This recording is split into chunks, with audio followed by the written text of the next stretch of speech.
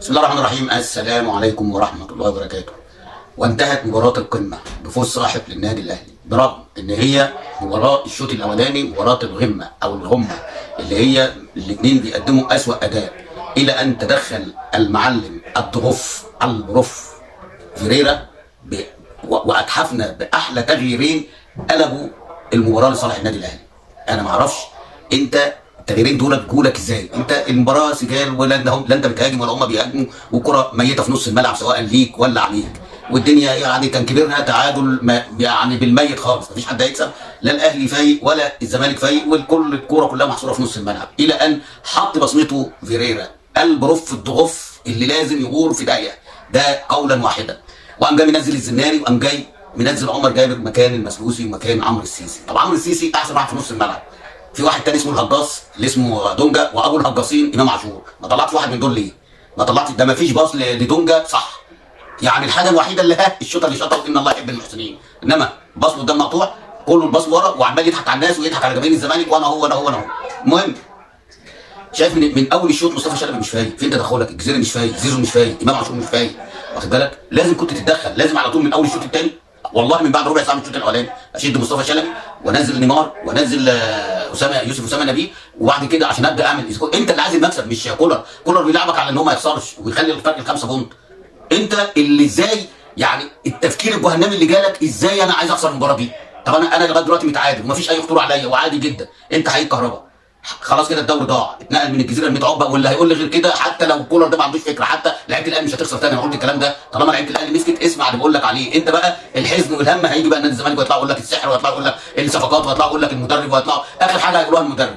انما لا، المدرب يسال عن الكلام ده كله، عن الصفقات وعن التشكيل وعن التغيير وعن طريقه اللعب وعن كل حاجه. انا بكلمك بمنتهى الامان، النهارده الضغوف هو اللي بيدي الفوز للنادي الاهلي. انا قلت لكم لغايه قبل ما الجون يجي الاولاني المباراه ميته، لا هنا هيكسب ولا هنا هيكسب، مفيش اي بوادر. ولكن ازاي يصعب عليه البروف؟ لازم احط بصمتي، احط بصمته. ايه الميزه انك تنزل عمر جابر؟ ايه الميزه انك تنزل الزناد؟ يعني قول لي، مفيش ازمه عليك، وبعدين تلعب بثلاثه وتشيل عمرو السيسي اللي هو كان الوحيد اللي بيضغط والوحيد اللي بيقطع والوحيد اللي عامل شك، والاثنين التانيين عمالين يهجصوا اللي هو دونجا وامام. وطبعا برضه هعذر زيزو لان مفيش حد بيلعبه، لا المسؤول لما يطلع ولا عمر جابر لما نزل، واخد بالك؟ يعني انا بصراحه النهارده بقول ان انت خدمت كولر خدمه العمر، خدمت النادي الاهلي خدمه العمر. النهارده النادي الاهلي بيفنش الدوري الماتش النهارده، وانت السبب.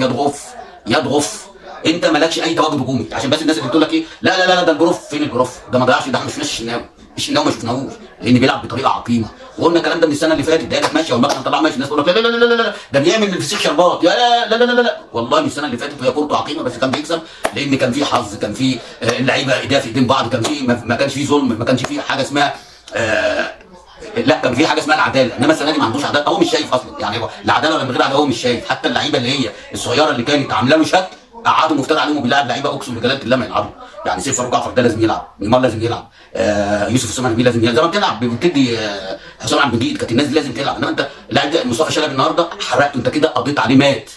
لعبت النهارده عمرو السيسي موته، لا ودونجا ما بيعرفش. المهم يعني هنقول مبروك للنادي الاهلي، مليون مبروك، يعني جات لكم خدمه العمر من الضغوف النهارده خدمكم خدمه العمر. انت لغايه قبل التغييرات والله المباراه عاديه جدا واقل من العاديه، وخلاص كله ارتضى ان هو تعادل، بس التعادل في مصلحه النادي الاهلي لان كان هيحافظ على فرق ال5 نقاط.